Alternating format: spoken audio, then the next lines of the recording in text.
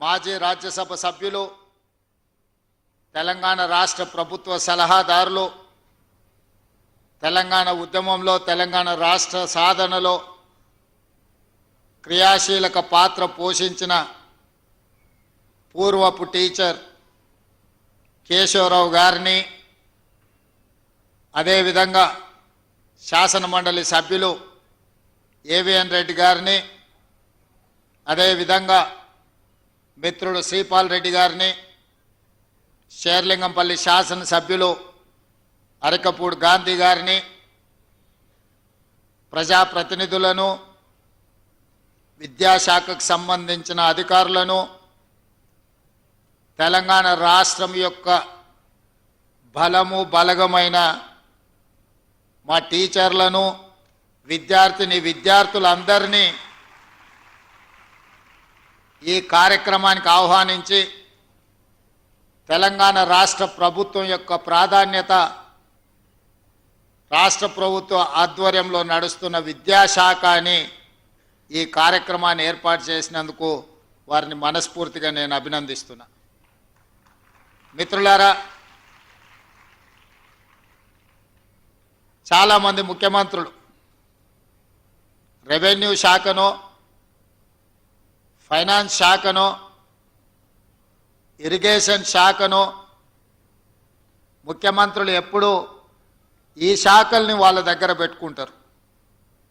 కానీ ప్రజాప్రభుత్వంలో రెవెన్యూ శాఖను పొంగులేటి శ్రీనివాసరెడ్డి గారికి, ఆర్థిక శాఖను మిత్రులు బట్టి విక్రమార్క గారికి, సాగునీటి పారుదల శాఖను పెద్దలు ఉత్తమ్ కుమార్ రెడ్డి గారికి ఇచ్చి, మీ ముఖ్యమంత్రిగా, మీ సోదరుడుగా విద్యాశాఖను నా దగ్గర పెట్టుకున్నా.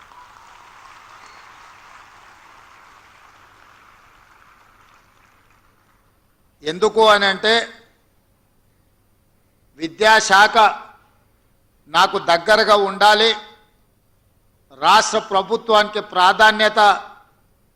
అత్యంత ప్రాధాన్యతతో కూడుకున్న శాఖ అని చెప్పి ఈ శాఖలో నిర్ణయాలు తీసుకోవాలి అని అంటే, ప్రతిసారి నేను ఎవరినో మంత్రిని పిలిచి, అధికారులను పిలిచి సమీక్ష చేసి ఆదేశాలు ఇస్తే ట్రాన్స్మిషన్ లాస్ ఉంటుందని చెప్పి ఈ శాఖను నా దగ్గరనే పెట్టుకున్న, నేనే స్వయంగా పర్యవేక్షిస్తున్నా. అప్పుడప్పుడు కొంతమంది మిత్రులు మాట్లాడుతుంటారు, విద్యాశాఖకు మంత్రిని నియమించండి అని. వారి అవగాహన రాహిత్యమో లేకపోతే నేను ఉండడం వల్ల ఈ శాఖ బాగుపడి ప్రక్షాళన చేసి దళితులకు, గిరిజనులకు, బలహీన వర్గాలకు, మైనారిటీలకు, తండాలలో, గూడాలలో, మారుమూల పల్లెల్లో ఉన్న పేద కుటుంబాలకు సంబంధించిన విద్యార్థులు బాగుపడతారన్న ఆలోచనతో ఈ రకంగా మాట్లాడుతున్నారేమో నాకు తెలీదు. విమర్శకులకు నేను ఒకే ఒక్క మాట చెప్పదలుచుకున్నా. ఈ శాఖను నేనే స్వయంగా పర్యవేక్షిస్తూ ప్రతి సమస్యను నిశితంగా అర్థం చేసుకొని ఆ సమస్యను పరిష్కరించే ప్రయత్నం చేస్తున్నా. ప్రత్యేక రాష్ట్రం ఏర్పడ్డ తర్వాత 10 సంవత్సరాల నుంచి శాఖలో చాలా సమస్యలు పేరుకుపోయినాయి. నేను ఎక్కువ అంశాలు, రాజకీయ విమర్శలకు వెళ్ళను. కానీ తెలంగాణ ఉద్యమ సందర్భంగా ఆనాడు ఉద్యమంలో క్రియాశీలకంగా పాలు పంచుకున్న వాళ్ళు, కేజీ టు పీజీ ఉచిత నిర్బంధ విద్య తెలంగాణ సమాజానికి అందిస్తామని చెబితే, ఆనాడు మీ సంఘాల నాయకులు ఇక్కడనే మధుసూదన్ రెడ్డి గారు లాంటి వాళ్ళు ఉన్నారు. నిజంగానే అందరి భవిష్యత్తులు బాగుపడతాయని చెప్పి సంపూర్ణమైన మద్దతు ఆనాడు ఉన్న వాళ్లకు అందించారు.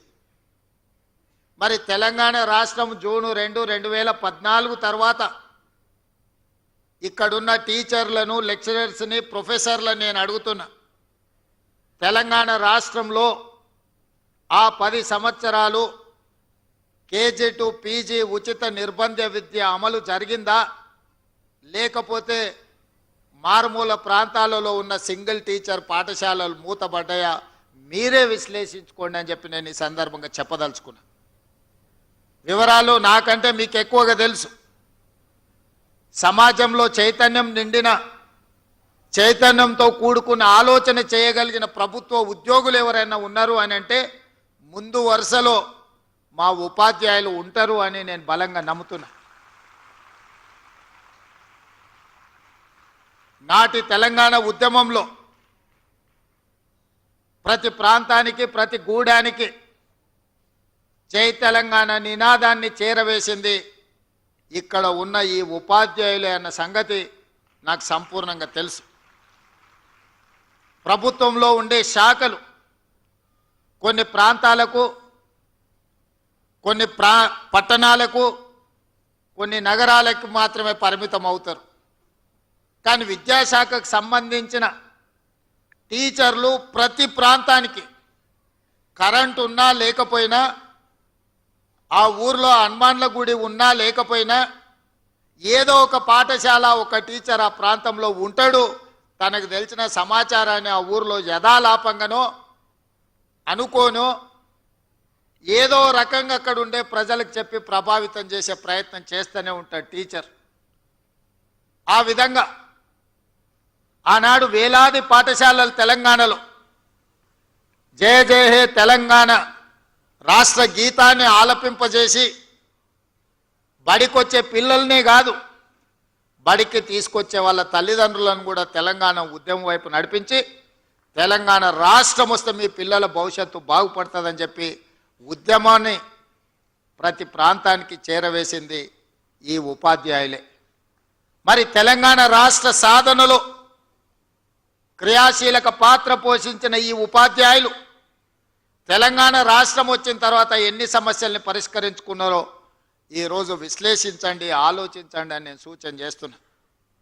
15-20 సంవత్సరాలు మీ ప్రమోషన్లు రాలే, 10 సంవత్సరాలు టీచర్ల బదిలీలు జరగలేదు, దాదాపుగా 7-8 సంవత్సరాలు టీచర్ల నియామకాలు జరగలేదు.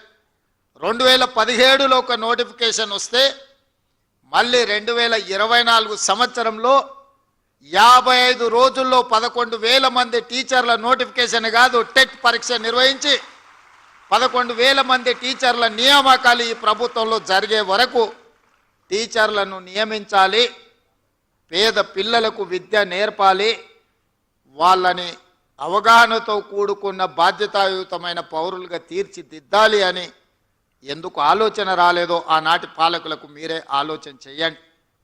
ఇదే కాదు, పాఠశాలల్లో చదువుకుంటున్న పిల్లలకు డైట్ ఛార్జెస్ కానీ, పేద పిల్లలకు కాస్మెటిక్ ఛార్జెస్ పెంచాలన్న ఆలోచన, ధనిక రాష్ట్రమని సంవత్సరానికి 3 లక్షల కోట్ల రూపాయల బడ్జెట్ అని చెప్పిన పాలకులు పిల్లలకు ఒక మంచి భోజనం పెట్టాలి, వాళ్ళకు కొంచెం మెరుగైన వసతులు కల్పించాలి అని ఆనాటి పాలకులు ఆలోచన చేయలే. ఉపాధ్యాయుల యొక్క సమస్యల్ని పరిష్కరించలే. ఈ విధంగా విద్య సంపూర్ణంగా నిర్లక్ష్యానికి లోనవ్వడమే కాదు, వాళ్ళ ప్రజాప్రతినిధులు ప్రైవేటు యూనివర్సిటీలను పెట్టుకొని విద్యను పూర్తిగా వ్యాపారంగా మార్చి లాభసాటి వనరుగా మార్చుకొని విద్య మీద ఆధిపత్యాన్ని చెలాయించాలని ఆనాటి పాలకులు ప్రయత్నం చేసిండ్రు. యూనివర్సిటీలలో నియామకాలు జరగలేదు, ఇంటర్మీడియట్ కళాశాలలు మూతబడే పరిస్థితి వచ్చింది. ఇంటర్మీడియట్ ఎడ్యుకేషన్ అంటే అవసరమే లేదన్నంత నిర్లక్ష్యానికి లోనైంది ఆనాడు. యూనివర్సిటీలలో లెక్చరర్స్ కానీ, అసోసియేట్ ప్రొఫెసర్లు కానీ, అసిస్టెంట్ ప్రొఫెసర్లు కానీ, లేకపోతే ప్రొఫెసర్ల రిటైర్మెంట్ వయసు కూడా పెంచే ఆలోచన చేయలే. నైపుణ్యం కలిగిన అధ్యాపకులు, విద్యాబోధన చేయాల్సిన ఉపాధ్యాయులు రిటైర్ అయిపోతుంటే కొత్త నియామకాలు జరగలేదు. డైరెక్ట్గా ప్రొఫెసర్స్ని మనం నియమించలేం. లెక్చరర్స్ అసోసియేటు, అసిస్టెంట్ ప్రొఫెసర్లు కావాలి, వాళ్ళు ఆ తర్వాత ప్రొఫెసర్లు కావాలి. ఒక పరిణామ క్రమంలో ప్రొఫెసర్గా కావాలి అని అంటే 20-25 సంవత్సరాలు టీచింగ్ సైడు పనిచేసి ఉండాలి. మరి నియామకాలు జరగకుండా ఉన్న ప్రొఫెసర్లు రిటైర్ అయిపోతుంటే ఈ యూనివర్సిటీలు ఎందుకు ఉపయోగపడని ఒకప్పుడు గొప్ప చరిత్ర కలిగిన 100 సంవత్సరాల పైగా ప్రపంచానికే సేవలు అందించి గొప్ప ప్రధానమంత్రులను ముఖ్యమంత్రులను అందించిన ఉస్మానియా యూనివర్సిటీ మూతబడే పరిస్థితి వచ్చింది. కాకతీయ యూనివర్సిటీ ఈ దేశానికే గొప్ప గొప్ప ఇంజనీర్లను అందించిన కాకతీయ యూనివర్సిటీ కూడా కళా వైభవం కోల్పోయి కాలగర్భంలో కలిసిపోయే పరిస్థితులు ఆనాడు వచ్చినాయి. అందుకే మీ అభిమానంతో మీరు ఆదరించి మీరు అవకాశం ఇస్తే ఈనాడు ప్రజాపాలనలో విద్యాశాఖ నా దగ్గర పెట్టుకొని తక్షణమే మీ ప్రమోషన్లు, మీ బదిలీలు, మీ కుటుంబ సమస్యల్ని ప్రతి సమస్యను పరిష్కరించడం ద్వారా లక్షలాది మంది విద్యార్థులకు మీరు గొప్పగా విద్య నేర్పుతారని నమ్మకంతో ప్రతిసారి మిమ్మల్ని కలవడం, మీతో మాట్లాడడం, టీచర్ల నియామకాలే కాదు మీ ప్రమోషన్ల సందర్భంలో కూడా ఎల్బీ స్టేడియంలో సమావేశం పెట్టి మీ అందరితో కలిసి మాట్లాడడం జరిగింది. మీ సంఘాలు ఎప్పుడు వచ్చినా ఏ సమస్యను లేవనెత్తినా అందరితో మాట్లాడుతూ వీలైనంత మేరకు వాటిని పరిష్కరిస్తూనే వస్తున్నాం. ఎక్కడైనా కొంత ఆలస్యం అయి ఉండొచ్చు కానీ ఏ పని కూడా ఆగిపోలేదు. మరి ఈరోజు ఈ తెలంగాణ వచ్చిన తర్వాత మరి ఇక్కడ ఉన్న ఉపాధ్యాయులు చెప్పాలి, గురు పూజోత్సవ కార్యక్రమం తెలంగాణ రాష్ట్రంలో ఎప్పుడైనా జరిగిందా? జరిగితే దానికి ముఖ్యమంత్రి వచ్చిండా? మీరు ఒక్కసారి ఆలోచన చేయండి. ఇవాళ నేను మీ సోదరుడిగా విద్యాశాఖ నా దగ్గర ఉంది, తెలంగాణ రాష్ట్రానికి ముఖ్యమంత్రి అయిన కాబట్టే ఇవాళ గంటల కొద్ది సమయం మీతో కేటాయించి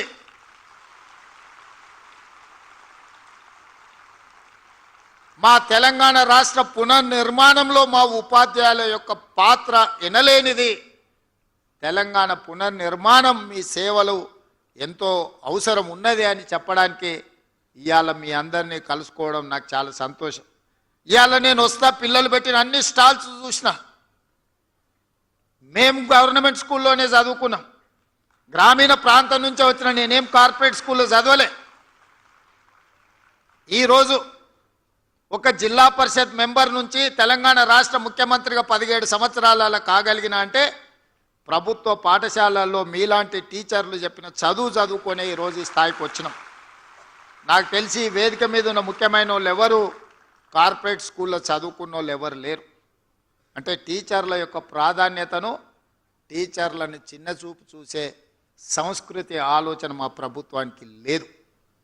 అదేవిధంగా మనందరం కూడా విశ్లేషించుకోవాలి, మనం ఎక్కడున్నాం, మనం ఎక్కడికి వెళ్ళాలి. ఈరోజు కొన్ని వివరాలు మా టీచర్లతో నేను పంచుకోదలుచుకున్నా. తెలంగాణ రాష్ట్రంలో దాదాపుగా 27,000 ప్రభుత్వ పాఠశాలలు ఉన్నాయి. ప్రభుత్వ పాఠశాలల్లో 24 లక్షల మంది స్టూడెంట్స్ చదువుకుంటున్నారు. అదే ప్రైవేట్లో 11,000 పాఠశాలలు ఉన్నాయి. 34 లక్షల మంది పిల్లలు ఈరోజు ప్రైవేట్ పాఠశాలలలో చదువుకుంటున్నారు. దీనికి కారణం అయితే నేనై ఉండాలి, లేకపోతే మీరై ఉండాలి. మన ఇద్దరం ఈ బాధ్యత నుంచి తప్పించుకోలేం. అయితే రాష్ట్ర ముఖ్యమంత్రిగా, ప్రభుత్వంగా మీకు సరైన వసతులు, వెసులుబాటు, పిల్లలకు నమ్మకం, విశ్వాసం కల్పించే పని నా ప్రభుత్వం చేయకపోయినా ఉండాలి. ఒకవేళ అవన్నీ చేసినా అమలు చేయడంలో మీ వైపు నుంచి కొంత ఆలస్యమైన అయి ఉండాలి. ప్రైవేట్ స్కూళ్ళలో నేను ఈ వేదిక నుంచి గతంలో మాట్లాడితే కూడా నన్ను విమర్శలు చేశారు. మా గవర్నమెంట్ స్కూల్లో చదువుకునే టీచర్లు బీఎస్సీ, బీఎడ్, ఎంఎడ్ చదువుకున్న వాళ్ళు, ఎంఏలు చదువుకున్న వాళ్ళు ఉన్నారు. ప్రైవేట్ స్కూళ్ళలో ఎంతమంది అన్ని చదువులు చదువుకున్న వాళ్ళు ఉన్నారా? ప్రైవేట్ స్కూల్స్ కంటే మా గవర్నమెంట్ స్కూల్లో టీచర్లు చాలా విద్యాధికులు అని నేను అంటే ప్రైవేట్ స్కూళ్ళని అవమానించిందని చెప్పి కొంతమంది విమర్శించారు. నేను అవమానించలే, పోల్చి చెప్పిన. ఈరోజు కూడా నేను సూచన ఒక్కటే, ప్రైవేట్ స్కూల్స్ కంటే మా గవర్నమెంట్ స్కూల్లో ఉన్న టీచర్లు అత్యధికంగా విద్యాధికులు, బాగా చదువుకున్న వాళ్ళు, సమాజం పట్ల అవగాహన ఉన్నవాళ్ళు. ఏ గ్రామీణ ప్రాంతం నుంచి వాళ్ళు వచ్చిండ్రో అదే గ్రామీణ ప్రాంతాలలో ఈరోజు వాళ్ళు టీచర్లుగా పనిచేస్తున్నారు. సామాజిక బాధ్యత గుర్తెరిగిన వాళ్ళు. మరి వాళ్ళు సరైన విధంగా పేదలకు విద్య నేర్పాలి అని అంటే ప్రభుత్వం కూడా వాళ్ళకు కావలసిన కనీస మౌలిక వసతులను అందించాల్సిన బాధ్యత ప్రభుత్వానికి ఉన్నది. టీచర్లకు జీతాలు ఇచ్చి చేతులు దులుపుకుంటే సరిపోదు. స్కూళ్ళు ఊడవడానికి ఆయ ఉండాలి, గంట కొట్టడానికి అటెండర్ ఉండాలి, బాత్రూమ్లు గడగడానికి అవసరమైన మనుషులు ఉండాలి. టీచర్లదే ఆ బాధ్యత అన్నట్టు ఊడ్చే బాధ్యత టీచర్దే, గంట కొట్టే బాధ్యత టీచర్దే, బాత్రూమ్లు గడిగే బాధ్యత టీచర్దే అనే విధానం ఇది మంచిదా? హైలీ క్వాలిఫైడ్ ఎనర్జెటిక్ ఎనర్జీని మనం వీటికి వాడడం ద్వారా టీచర్లు నిజంగా చదువులు చెప్పేదానికంటే ఈ పనులు చూసుకున్న వరకే సగం సమయం అయిపోతుంది. అందుకే నేను రాగానే అమ్మ ఆదర్శ పాఠశాల పేరు మీద స్పష్టంగా నిర్ణయం తీసుకొని మీకు ప్రతి సంవత్సరం 130 కోట్లు అదనంగా సిఎస్ఆర్ ఫండ్స్ నుంచి స్కూళ్ళు ఊడవడానికి తూడవడానికి ఈ కార్యక్రమాలు చేయడానికి నేను నిధులు మంజూరు చేసిన. టీచర్లు కేవలం పిల్లలకు చదువు చెప్పడానికే చదువు మీదనే ఫోకస్ పెట్టాలి, పిల్లల్ని అర్థం చేసుకోవాలి, పిల్లల్లో ఉన్న నైపుణ్యాన్ని పెంపొందించాలి. అప్పుడే గ్రామీణ ప్రాంతాలు బాగుపడతాయి. పేదవాడు చదువుకున్నప్పుడే ఈ రాష్ట్రం యొక్క తలరాత మారుతుంది. చదువు ఒక్కటే మీ తలరాతను మారుస్తుంది అని పేదల పట్ల నాకు ఒక నమ్మకం విశ్వాసం ఉంది. కాబట్టే చదువు చెప్పడానికి అవసరమైన వసతులు ఏర్పాటు చేయాలన్నదే నా ఆలోచన. అదేవిధంగా గవర్నమెంట్ స్కూల్లో భోజనం చేయాలంటే నిన్న మొన్న కొన్ని అక్కడక్కడ దురదృష్టకర సంఘటనలు, పిల్లలకు ఫుడ్ పాయిజన్ అయింది, లేకపోతే పిల్లల్ని హాస్పిటల్కు తీసుకెళ్ళామని వార్తలు చూసినప్పుడు నాకు చాలా బాధ అవుతుంది. ఎందుకంటే నేను డైట్ ఛార్జెస్ పెంచిన, కాస్మెటిక్ ఛార్జెస్ పెంచిన, ఇవాళ ఎవరైనా ఎంత ఆగర్భ శ్రీమంతుడైనా తినే సన్నబియ్యం ఇవాళ పేదోళ్ళకి ఇచ్చిన పాఠశాలల పిల్లలకు పెట్టమని నేను చెప్పిన. క్వాలిటీ ఫుడ్ ఇవ్వండి అని చెప్పిన. ప్రతి స్కూల్కు ఒక ప్రభుత్వ అధికారికి బాధ్యత ఇచ్చిన. ఇప్పుడు నేను మా టీచర్లను విజ్ఞప్తి చేస్తున్నా, మీరు కూడా వాళ్ళతో భోజనం చేయండి. వీళ్ళు ఉన్నప్పుడు నేను కూడా వచ్చి వాళ్ళతో భోజనం చేస్తా.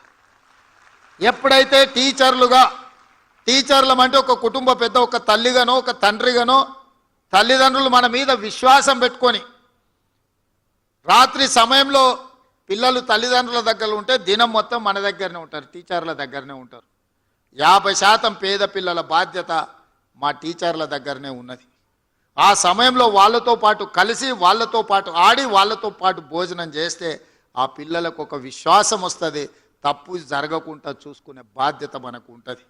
కాబట్టి దయచేసి మా టీచర్లకు తప్పకుండా పాఠశాలల్లో మధ్యాహ్న భోజనం పిల్లలతో కలిసి మీరు ఎప్పుడైతే చేస్తారో తప్పులు జరగకుండా ఉంటాయి. దానికి ఏం కావాలనో నాకు చెప్పండి. వాటికి కావాల్సిన అనుమతులు కానీ వసతులు కానీ ఏర్పాటు చేసే బాధ్యత నాది.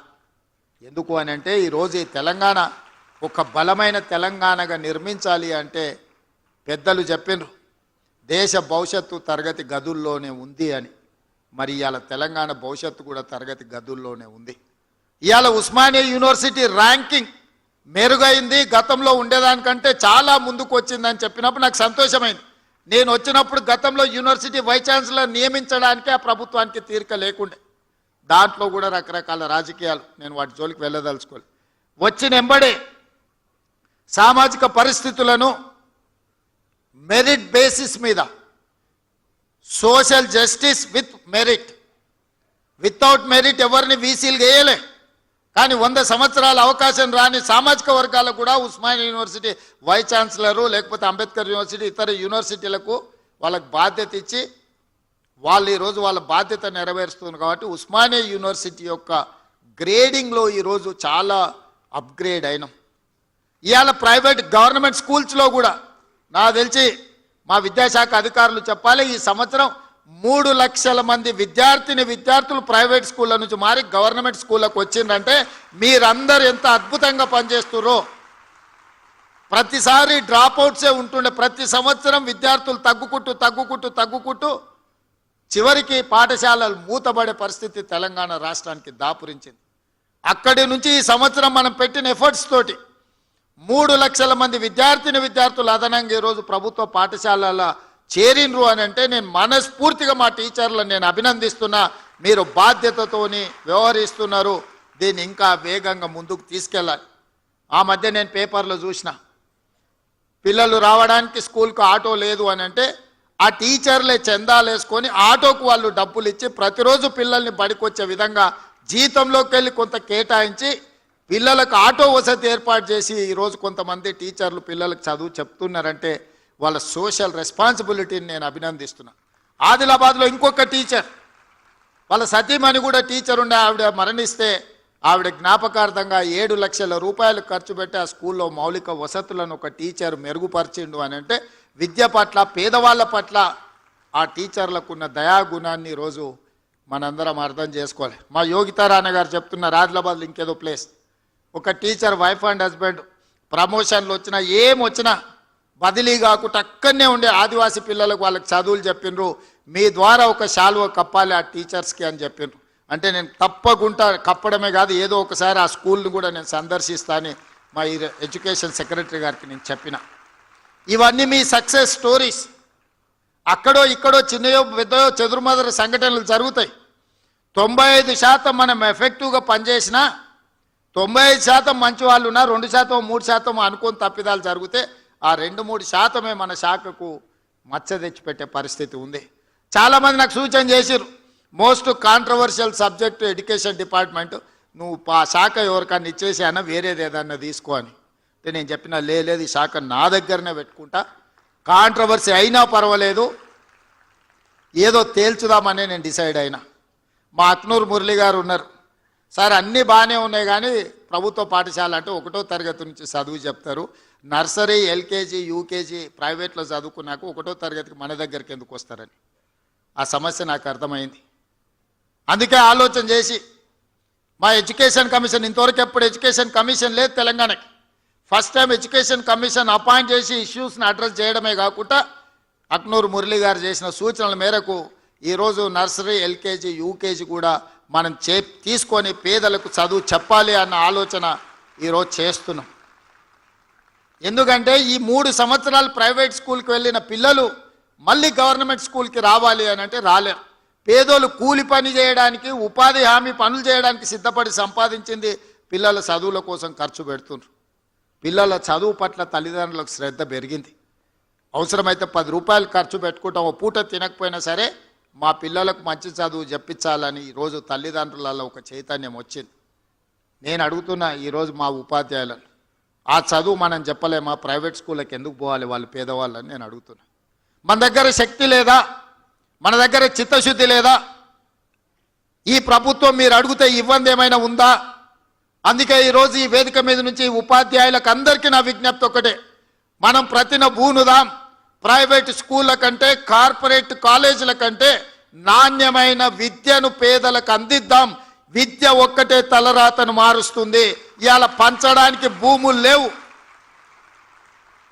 పేదవాడు బాగుపడాలి, పేదవాడు సమాజంలో రాణించాలి అని అంటే విద్య ఒక్కటే ప్రామాణికం. ఇవాళ సిలికాన్ వ్యాలీని మన వాళ్ళు శాసిస్తున్నారంటే ఇంజనీరింగ్ గ్రాడ్యుయేట్స్ మన దగ్గర చదువుకున్నందుకే సిలికాన్ వ్యాలీని మనం ఈరోజు శాసిస్తున్నాం. దానికి కారణం విద్య. అందుకే ప్రపంచ దేశాలలో జరుగుతున్న మార్పులు చేర్పులను అన్నిటిని దృష్టిలో పెట్టుకొని ఈరోజు మనకు మనమే ఇక్కడ చదువుకోవడం కాదు, ఇతర దేశాలలో ప్రతి సంవత్సరం 200 మంది టీచర్లను సింగపూర్, సౌత్ కొరియా లాంటి దేశాలకు మిమ్మల్ని పంపించి అక్కడ విద్యను స్టడీ చేయడానికి మీ టీచర్లను విదేశాలకు పంపడానికి ఈరోజు మా ప్రభుత్వం నిర్ణయం తీసుకున్నది. మనం మన కోసం మనం పోటీ పడడం కాదు, మన పక్కలుండే ఊరును చూసి పోటీ కాదు, ప్రపంచ దేశాలతోనే విద్యలో మనం పోటీ పడాలి. ఈరోజు సింగపూర్ లాంటి, సౌత్ కొరియా లాంటి, జపాన్ లాంటి దేశాలు అభివృద్ధి చెందడానికి కారణం ఏంది? ఇవాళ జర్మన్ అభివృద్ధి చెందడానికి కారణం ఏంది? ఈరోజు చైనా అభివృద్ధి చెందడానికి కారణం ఏంది? అక్కడున్న విద్యార్థులకు నాణ్యమైన విద్యను అందించడమే కాకుండా ఒక పట్టుదలను నేర్పడం వల్ల ఆయా దేశాలు ప్రపంచంలో వేగంగా అభివృద్ధి పదం వైపు నడుస్తున్నాయి. మరి వాటన్నిటిని కూడా మనం వినడమే కాదు, చూడాల్సిన అవసరం ఉంది. అందుకే 1,20,000 మంది టీచర్లు ఈరోజు తెలంగాణ రాష్ట్రంలో ఉన్నారు. ఇందులోకి వెళ్ళి ప్రతి సంవత్సరం ఒక 200 మంది టీచర్లను ఇనీషియల్గా ఇతర దేశాలకు పంపించి అక్కడ ఉన్న పరిస్థితులను మీరు స్టడీ చేసి ఒక అవగాహనతోనే వెనక్కి రావాల్సిన అవసరం ఉంది. టీచర్లు అందరికీ కూడా ఈరోజు మర్రి చెన్నారెడ్డి దీంట్లో మనం ఓరియంటేషన్ క్లాసెస్ తీసుకుంటున్నాం టీచర్స్కి. ఎందుకు అనంటే నైపుణ్యం పెంచుకోవాల్సిన అవసరం ఉంది. మనం ఉద్యోగం వచ్చినప్పుడు ఉన్న పరిస్థితులు, మనం రాసిన పోటీ పరీక్షలు ఒకలాంటివి. ఈరోజు ప్రతి సంవత్సరం విద్య మారుతుంది, విధానం మారుతుంది, ఎడ్యుకేషన్ పాలసీస్ మారుతున్నాయి. నేషనల్ ఎడ్యుకేషన్ పాలసీ ఒకలాగా ఉంటే మనకు తెలంగాణకు అసలు ఏ పాలసీ లేకుండా మనం ఉన్నాం. అందుకే మొన్నటికి మొన్న నేను ఆర్డర్ ఇచ్చిన, తెలంగాణ ఎడ్యుకేషన్ పాలసీని ప్రిపేర్ చేయండి అని పెద్దలు కేశవరావు గారిని చైర్పర్సన్గా పెట్టి కడేం శ్రీహరి గారిని, అక్నూరు మురళి గారిని, మా ఎడ్యుకేషన్ డిపార్ట్మెంట్లో ఉన్న అధికారులను కలిపి తెలంగాణ ఎడ్యుకేషన్ పాలసీ చేయడానికి ఒక కమిటీని అపాయింట్ చేసినాం. తెలంగాణకు కూడా ఒక నూతనమైన ఎడ్యుకేషన్ పాలసీ కావాలి. ఆ ఎడ్యుకేషన్ పాలసీ పేద పిల్లల జీవితాలలో వెలుగులు నింపాలి. అందుకే మిత్రులారా, ఈరోజు ఉత్తమ ఉపాధ్యాయులను అభినందించడమే కాకుండా వాళ్ళందరినీ కలవాలి, వాళ్ళతో మాట్లాడడం ద్వారా మీతో ఆలోచనలు పంచుకోవాలి. ఈ రాష్ట్ర ప్రభుత్వానికి నర్సరీ నుంచి 12th క్లాస్ వరకు, 12th తర్వాత ఆ పిల్లలకు విజ్డమ్ వస్తుంది. వాళ్ళు డాక్టర్ కావాలనుకుంటున్నారా, ఇంజనీర్ కావాలనుకుంటున్నారా, ఐఏఎస్ కావాలనుకుంటున్నారా, ఐపీఎస్ కావాలనుకుంటున్నారా. కానీ ఫౌండేషన్ లేకుండా మీరు అంతస్తులు కడతామంటే అది ఉపయోగం లేదు. Foundation is very important than anything. ఆ ఫౌండేషన్ అనేది వేయగలిగింది ఇక్కడున్న ఈ టీచర్లు, ఈ ఉపాధ్యాయులే. మీరు నేను కలిస్తే ఆ ఫౌండేషన్ ఈ దేశానికి ఆదర్శంగా నిలబెడతాం. చివరిగా ఒక్క మాట చెప్పదలుచుకున్నా, కేజ్రీవాల్ ఢిల్లీలో రెండోసారి మూడోసారి ఎందుకు ముఖ్యమంత్రి అయ్యిండు? మొదటిసారి ఒక పరిస్థితిలో అయ్యిండు, రెండోసారి మూడోసారి వారు ముఖ్యమంత్రి కావడానికి ప్రధానమైన కారణం ఆయన విద్యలో తీసుకొచ్చిన సమూలమైన మార్పులు. ఆ మార్పుని పేదలకు విద్యను అందించిన టీచర్లు కాబట్టే వారు రెండోసారి మూడోసారి ముఖ్యమంత్రి అయినారు. నాకు కూడా కొంచెం స్వార్థం ఉంది, మీరు మంచిగా పనిచేస్తే రెండోసారో మూడోసారో కావడానికి ఉంటుంది. నేనేం దాచిపెట్టదలుచుకోలే, నేను కష్టపడతా, నేను కూడా మీతో పాటు పనిచేస్తా. నేనేం పని చేయను, నేను ఫామ్ హౌస్లో అనుకుంటా మిమ్మల్ని కష్టం చేయమని నేను చెప్తలేను. నేను కూడా వస్తా, మీరు ఏడికి రమ్మంటే ఆడికి వస్తా, తండాలకు రమ్మంటే తండాలకు వస్తా, గూడాలకు వస్తా, ఎక్కడికి రమ్మంటే అక్కడికి వస్తా. నేను కూడా ఎక్కడి నుంచి వచ్చినా నల్లమల్ల అడవుల నుంచే వచ్చిన, గ్రామీణ ప్రాంతం నుంచి వచ్చిన. 6 నెలలకు ఒకసారైనా మా ఊరికి పోయి ఓ రోజు ఉండి వస్తాయి. ఎందుకంటే జూబ్లీల్స్ వచ్చిన కాబట్టి అది మర్చిపోద్దు. అక్కడికి పోతే మనం ఎక్కడొచ్చినామో మన మూలాలు మనకు గుర్తుంటాయి. మా టీచర్లకు కూడా నా సూచన ఒకటే, అప్పుడప్పుడు మనం ఎక్కడి నుంచి వచ్చినామో 4 నెలలకు ఒక్కసారి మన మూలాలను మనం గుర్తు చేసుకోవాలి. వెనక్కి ఊరికి పోయి మన దాయాదులను, మన పక్కింటోళ్ళను, మన ఊర్లో మన చిన్ననాటి మిత్రులను కలితే ఒకరు వ్యవసాయం చేస్తుంటారు, ఒకరు బర్రెల కాడికి పోతుంటారు, ఒకరు తినడానికి ఇబ్బంది పడుతుంటారు. వాళ్ళకంటే ఎంత మెరుగైన జీవితం మనకు ఉందో ఒకసారి వస్తే మనం నిజంగా ఏం చేయాలనో మనకు ఒక అవగాహన వస్తుంది. అందుకే ఇక్కడికి వచ్చిన విద్యార్థులకు నేను సూచన చేయదలుచుకున్నా, పాఠశాల విద్యనే కాదు, ఈరోజు ప్రతి సంవత్సరం ఇంజనీరింగ్ గ్రాడ్యుయేట్స్ తెలంగాణ రాష్ట్రంలో 1,10,000 మంది పాస్ అవుతున్నారు. కానీ ఎంతమందికి ఉద్యోగాలు వస్తున్నాయి? మరి ఇంజనీరింగ్ సర్టిఫికేట్ అయితే తెచ్చుకుంటున్నాం, కానీ ఉద్యోగం రాక తల్లిదండ్రులు మా కొడుకు ఇంజనీర్ అంటారు. వీడిడ సర్టిఫికేట్ తెచ్చుకుంటాడు, కానీ బయటకు వస్తే వాని చదువుకు ఆ సర్టిఫికేట్కి సంబంధం లేకుండా పోతుంది. అందుకే ఈరోజు young India integrated residential schools పెట్టినాం. ప్రతి నియోజకవర్గానికి ఒకటి ఇచ్చినాం. 25 ఎకరాలలో 200 కోట్ల రూపాయలతోటి 100 స్కూళ్ళు 20,000 కోట్ల రూపాయలతో ఇవాళ young India integrated residential schools world's best model కింద ఈరోజు మనం కట్టాలనుకున్నాం. శాంక్షన్స్ ఇచ్చినాం, పనులు జరుగుతున్నాయి. నాణ్యమైన వసతులతో పాటు నాణ్యమైన విద్యను అందించడానికి ఈరోజు తీసుకొచ్చినాం.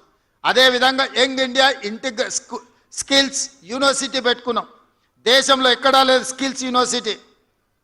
డిప్లొమా కోర్సులు, సర్టిఫికెట్ కోర్సులు ఉన్నాయి. కానీ భవిష్యత్ చదువుకోవాలంటే డిగ్రీ సర్టిఫికెట్ ఉంటే వాళ్ళు పీజీలు చదువుకోవచ్చు. అందుకే ఈరోజు తెలంగాణ రాష్ట్రంలో పబ్లిక్ ప్రైవేట్ పార్ట్నర్షిప్లో అతి తక్కువ ఖర్చులతో ఈరోజు పేదలకు అందరికీ స్కిల్స్ ఇంప్రూవ్ చేయాలని యంగ్ ఇండియా స్కిల్స్ యూనివర్సిటీని ఈరోజు మనం ప్రారంభించుకున్నాం. బోర్డులో ఆనంద్ మహేంద్ర అండ్ మహేంద్ర గ్రూప్, మనకు మహేంద్ర వెహికల్స్ కనిపిస్తాయి కదా, ఆ కంపెనీ చైర్మన్ ఈరోజు మన యూనివర్సిటీ చైర్మన్. సో ఆ విధంగా రెడ్డి ల్యాబ్స్ వాళ్ళు, అపోలో హాస్పిటల్ వాళ్ళు, పెద్ద పెద్ద కార్పొరేట్ కంపెనీలు నడిపే వాళ్ళను ఆ యూనివర్సిటీ బోర్డులో డైరెక్టర్స్గా పెట్టినాం. సిలబస్ వాళ్ళే డిసైడ్ చేస్తారు, పిల్లల్ని వాళ్ళే సెలెక్ట్ చేసుకుంటారు, వాళ్ళే వాళ్ళకి చదువు చెప్తారు, వాళ్ళనే వాళ్ళ కంపెనీలలో ఉద్యోగాలలో తీసుకుంటారు. అన్ని రకాలుగా వాళ్ళు బాధ్యత తీసుకునే అవకాశం ఇచ్చినాం. అదేవిధంగా ఐటీఐలు 1956లో మొట్టమొదటి ఐటీఐలు ప్రారంభించారు. అప్పుడు ప్రారంభించిన సిలబస్ ఇంకా 2025 కూడా మనం అదే సిలబస్ చెప్తున్నాం. Diesel mechanic, fitter, plumber, electrician అని. డీజిల్ మెకానిక్ అని అందులో చేరి అంబాసిడర్ కారు నేర్చుకుంటున్నాడు. బయటకు వస్తే అంబాసిడర్ కారు లేదు రిపేర్ చేయడానికి, బెంచ్ కారు BMW వచ్చింది. అంబాసిడర్ కారు రిపేర్ చేయాలంటే ఫామ్ హౌస్కి వస్తే తప్ప ఇంకేడా అంబాసిడర్ కారు దొరుకుతలేదు.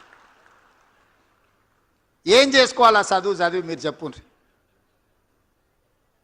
ప్లంబర్ ఎలక్ట్రీషియన్ వాళ్ళు నేర్చుకుంటున్న చదివేంది, వాళ్ళు బయటకు వస్తే ఉన్న అవకాశాలు ఏంది. అందుకే ఈరోజు 65 ITIలు ఉన్నాయి తెలంగాణ రాష్ట్రంలో. వాటిని చూసిన తర్వాత నేను టాటా కంపెనీతో మాట్లాడినా, టాటా చైర్మన్తో మాట్లాడి ఒక అవగాహనకు వచ్చిన. ఈ ITIలు కాలగర్భంలో కలిసిపోతున్నాయి. 40-50 ఏళ్ల కింద మాకు అవసరమైన సాంకేతిక నైపుణ్యాన్ని నేర్పించడానికి సిలబస్ ఇన్స్ట్రక్టర్స్ను సెలెక్ట్ చేసుకున్నారు. ఇది కుదరదు, దీన్ని మార్చాలని టాటా కంపెనీతో మాట్లాడుకొని 2400 కోట్ల రూపాయలు ఈరోజు టాటా కంపెనీ దాన్ని అప్గ్రేడ్ చేయడానికి పెట్టారు.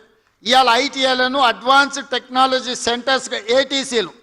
ఈరోజు అసలు అక్కడ ఉన్న సాంకేతిక నైపుణ్యం, అక్కడ పెట్టిన ఎక్విప్మెంట్ చూస్తే నాకే కళ్ళు చెదిరిపోయేటంత లేటెస్ట్ టెక్నాలజీని పెట్టిండ్రు. ట్రైనర్స్ ట్రైనింగ్ పెట్టిండ్రు, ఇన్స్ట్రక్టర్స్ని వాళ్ళే ట్రైనింగ్ ఇస్తారు. 10 సంవత్సరాలు టాటా కంపెనీనే ఈ 100 ATCలను ప్రతి కాన్స్టిట్యున్సీకి ఒక ATC పెట్టండి, ప్రతి సంవత్సరం ఒక 2000 మంది విద్యార్థులను తీసుకొని వాళ్ళకి ట్రైనింగ్ ఇవ్వండి. ఈరోజు సాంకేతిక నైపుణ్యం ఉంటే ఉద్యోగ ఉపాధి అవకాశాలు మెరుగుగా ఉన్నాయని చెప్పి ఈరోజు టాటా కంపెనీని ఒక జాయింట్ వెంచర్ కింద తెలంగాణ రాష్ట్ర ప్రభుత్వం ATCలను ప్రారంభించింది. ఒలింపిక్ గేమ్స్ మీరు అందరు చూసారు. 140 కోట్ల జనాభా ఉంది, ఒక గోల్డ్ మెడల్ రాలే. మా పిల్లలు బాగా వినాలి, మా స్కూల్ స్టూడెంట్స్. ప్రపంచంలోనే అత్యధిక జనాభా ఉన్న దేశంగా గుర్తింపు పొందిన భారతదేశం 18 ఏళ్ల నుంచి 35 ఏళ్ల మధ్యలో 60% జనాభా ఉన్న భారతదేశం ఒలింపిక్స్లో ఒక గోల్డ్ మెడల్ తీసుకురాలి. ఇది మన అందరికి అవమానం కాదా? దేశానికి అవమానం అయితే మనకు కూడా అవమానం అయినట్టే కదా. సౌత్ కొరియా పోయినా నేను, చిన్న దేశం, ఒక సౌత్ కొరియన్ స్పోర్ట్స్ యూనివర్సిటీకి పోయినా, 30 ఎకరాలు ఉంది. మన ఉస్మానియా యూనివర్సిటీ 1600 ఎకరాలు ఉంది అనుకుంటా. మరి ప్రొఫెసర్ కాసిం గారు చెప్పాలి, 1600 ఎకరాలు ఉంది. 1600 ఎకరాలు ఉన్న Osmania university, south Korean sports university 30 ఎకరాలు ఉంది. ఆ దేశానికి 32 గోల్డ్ మెడల్స్ వస్తే 16 మెడల్స్ ఆ ఒక్క యూనివర్సిటీ తీసుకొచ్చింది. ఒక అమ్మాయి నాకు తీసుకొచ్చి పరిచయం చేసి, ఏదో అమ్మాయి నాకు బొకే ఇస్తుందేమో అనుకున్నా. బొకే ఇచ్చిన తర్వాత ఆ అమ్మాయికి నేను శాలువ కప్పాల్సి వచ్చింది. ఆ అమ్మాయి ఆర్చరీలో ఒలింపిక్స్లో 3 గోల్డ్ మెడల్స్ సాధించింది. ఒక అమ్మాయి south Korean sports university student నాకు బొకే ఇవ్వడానికి వచ్చింది అనుకున్న, తీరా చూస్తే నేనే శాలువ తీసి ఆ అమ్మాయికి కప్పాల్సిన అవసరం వచ్చింది. ఎందుకంటే 3 గోల్డ్ మెడల్స్ తీసుకొచ్చింది ఆర్చరీలో. మరి ఆ చిన్న దేశం 32 మెడల్స్, 30 ఎకరాలలో ఉన్న యూనివర్సిటీ 16 మెడల్స్ తెస్తే, మరి మొత్తం భారతదేశం ఒక్క మెడల్ కూడా లేకపోతే ఇది మనకు అవమానం కాదా? అందుకే ఆలోచన చేసి దేశ ప్రతిష్ట పెరగాలి అంటే తెలంగాణలో స్పోర్ట్స్ యూనివర్సిటీ ఉండాలి, స్పోర్ట్స్ అకాడమీ ఉండాలి అని Young India Sports University and Young India Sports అకాడమీని పెట్టి దేశంలోనే ఒక గొప్ప యూనివర్సిటీగా తీర్చిదిద్దడానికి ఇవాళ నిర్ణయం తీసుకున్నాము. మట్టిలో మాణిక్యాలను వెలికి తీయండి, నైపుణ్యం ఉన్న క్రీడాకారులను గుర్తించండి, వాళ్ళకి 100% గవర్నమెంటే స్పాన్సర్ చేసి క్రీడాకారులుగా తీర్చిదిద్దడమే కాదు. ఈరోజు నిఖత్ జరీన్ బాక్సింగ్లో ఛాంపియన్ తెస్తే గ్రూప్ 1 ఆఫీసర్ పోస్ట్ ఇచ్చిన, సిరాజ్ క్రికెట్లో రాణిస్తే, సిరాజ్ చదువుకున్నది ఇంటర్మీడియట్ ఫెయిల్, కానీ అన్ని రూల్స్ని ఎగ్జామ్షన్ ఇచ్చి గ్రూప్ 1 జాబ్ ఇవాళ DSP చేసిన సిరాజ్ ఈరోజు DSP సిరాజ్ అయిండు స్పోర్ట్స్లో రాణించినందుకు. నిఖత్ జరీన్ ఇవాళ DSP నిఖత్ జరీన్ అయింది. దీప్తి జువాంజీ అని వరంగల్ అమ్మాయి పారా ఒలింపిక్స్లో మెడల్ సాధిస్తే గ్రూప్ 2 జాబ్ ఎక్సైజ్ డిపార్ట్మెంట్లో గ్రూప్ 2 జాబ్ ఇవ్వడమే కాకుండా ₹1 కోటి నగదు ఇచ్చి వరంగల్లో ఇంటి ప్లాట్ ఇచ్చిన. నిఖత్ జరీన్కి ఇంటి ప్లాట్ ఇచ్చిన, ₹3 కోట్ల ఇచ్చిన. ఇవన్నీ ఎందుకు చెప్తున్నా అంటే ఇక్కడ ఉన్న ఉపాధ్యాయులందరికీ నా సూచన ఒక్కటే, గ్రామీణ ప్రాంతాలలో ఉన్న క్రీడల్లో ఆసక్తి ఉన్న పిల్లల్ని గుర్తించండి, దాంట్లో ప్రోత్సహించండి. ప్రత్యేకంగా ఈరోజు మనం ఎస్టాబ్లిష్మెంట్ చేస్తున్న KGPVలలో ఇతర ప్రాంతాలలో పిల్లలందరినీ ఒక ఇంటిగ్రేట్ చేసి స్పోర్ట్స్లో వాళ్ళని రాణించే విధంగా ఎంకరేజ్ చేయాలని. చదివితేనే ఉద్యోగం కాదు, చదివితేనే భవిష్యత్తు కాదు, క్రీడల్లో రాణిస్తే కూడా భవిష్యత్తు ఉంటుందని పిల్లలకు బోధించండి. గుర్తించండి పిల్లలో ఉన్న నైపుణ్యాన్ని, పిల్లల్ని నిశితంగా మీరు గమనించండి. ఆ పిల్లలకి ఏం కావాలనో మనం ఇద్దాం. మీరు ఏం అడుగుతే అది చేయడానికి నేను సిద్ధంగా ఉన్నా. మీ సమస్యల్ని పరిష్కరించడమే కాదు ఈ తెలంగాణ సమాజాన్ని నిర్మించాలి అని అంటే పిల్లలని బాగు చేయాలి. ఇవాళ నేను గంజాయి కేసులు ఇవి పట్టుకుంటుంటే చెప్పడానికి నాకే బాధగా ఉంది. గంజాయి పెడ్లింగ్ చేసేటోళ్ళు మన ఇంజనీరింగ్ చదువుకుంటున్న స్టూడెంట్స్, రెగ్యులర్ గంజాయి అమ్మేటోళ్ళు కాదు. వాళ్ళు ఇక్కడికి వచ్చిన తర్వాత ఏం చేయాలో తెలియక కొంతమంది పిల్లలు తప్పుదోవ పడుతున్నారు, డ్రగ్స్ బారిన పడుతున్నారు. చిన్న చిన్న పట్టణాలకు కూడా చేరుకున్నది. ఒకప్పుడు పెద్ద పెద్ద యూనివర్సిటీల్లో ఎక్కడనో ఉండేది. బాగా డబ్బులు ఉన్న వాళ్ళకు ఇట్లాంటి అలవాట్లు జబ్బులు ఉంటాయని విన్నా, కానీ ఇప్పుడు అట్లా లేదు. తాలూకా లెవెల్ కూడా పాకిపోయింది గంజాయి, ఈ డ్రగ్స్ వ్యసనాలు. గమనించండి, పిల్లల్ని తప్పుదోవ పట్టే వాళ్ళను దారి మళ్ళించాలి. వాళ్ళందరినీ దారిలో పెట్టాల్సిన బాధ్యత కూడా మనకే ఉంది. ఇంతకుముందు ఒకప్పుడు తల్లిదండ్రులకు పిల్లలు 4, 5, 6 మంది ఉండేది. ఉమ్మడి కుటుంబం లాక్కుండేది. ఒక్కొక్క తల్లిదండ్రులకు 5, 6 మంది పిల్లలు. ఇప్పుడు మీకు తెలుసు ఒకరు లేక ఇద్దరికి వచ్చేసినాం. ఆ ఒకరో ఇద్దరో పిల్లలు తప్పుదోవ పడితే ఆ తల్లిదండ్రుల శోకము మనం అర్థం చేసుకోవాల్సిన విషయం ఉంది. అందుకే తెలంగాణ రాష్ట్రంలో ప్రభుత్వం ఏర్పడ్డ తర్వాత ఈ గంజాయి డ్రగ్స్ పట్ల కఠినంగా వ్యవహరిస్తున్నాం. కొత్త డిపార్ట్మెంట్ను ఏర్పాటు చేసినాం, ఈగల్ ఫోర్స్. ఆకాశంలో గద్ద ఎట్లయితే కోడి పిల్లను చూస్తుందో గంజాయి మొక్క మొలిసిన తెలంగాణలా చూస్తాము, వాళ్ళ సంగతి తేలుస్తామని చెప్పి ఈరోజు ఈగల్ ఫోర్స్ని తీసుకొచ్చినాం. ఇవన్నీ కూడా పిల్లల భవిష్యత్తు కోసమే. ఈరోజు ఇన్ని ఆలోచనలు చేస్తున్నది ఈ పిల్లల కోసమే. ఈరోజు 1,20,000 మంది టీచర్లని ప్రభుత్వం సంవత్సరానికి 40,000 కోట్ల రూపాయలు విద్య మీద ఖర్చు పెడుతుందంటే ఈ పిల్లల భవిష్యత్తు కోసమే. ఈ పిల్లల భవిష్యత్తే రేపటి దేశం యొక్క భవిష్యత్తు, తెలంగాణ పునర్నిర్మాణం యొక్క భవిష్యత్తు. ఆ భవిష్యత్తును మీ అందరి చేతుల్లో పెడుతూ ఈ బాధ్యతతో మన అందరం వ్యవహరిద్దాం. మీరు నేను కలిసి తెలంగాణను పునర్నిర్మిద్దాం. ఈ తెలంగాణ ఒక అద్భుతమైన తెలంగాణగా, ఒక క్రీడలకు వేదిక తెలంగాణగా, ఒక సాంకేతిక నైపుణ్యం ఉన్న తెలంగాణగా తీర్చిదిద్దుకుందాం. మీరందరూ సహకరించాలి, మనందరం కలిసి నడవాలి అని విజ్ఞప్తి చేస్తూ మీ అందరి దగ్గర సెలవు తీసుకుంటున్నా. ధన్యవాదాలు మిత్రులారా. ఆదరణీయ ముఖ్యమంత్రి వర్యులకు ధన్యవాదాలు. ఒక్కసారి జై బలో.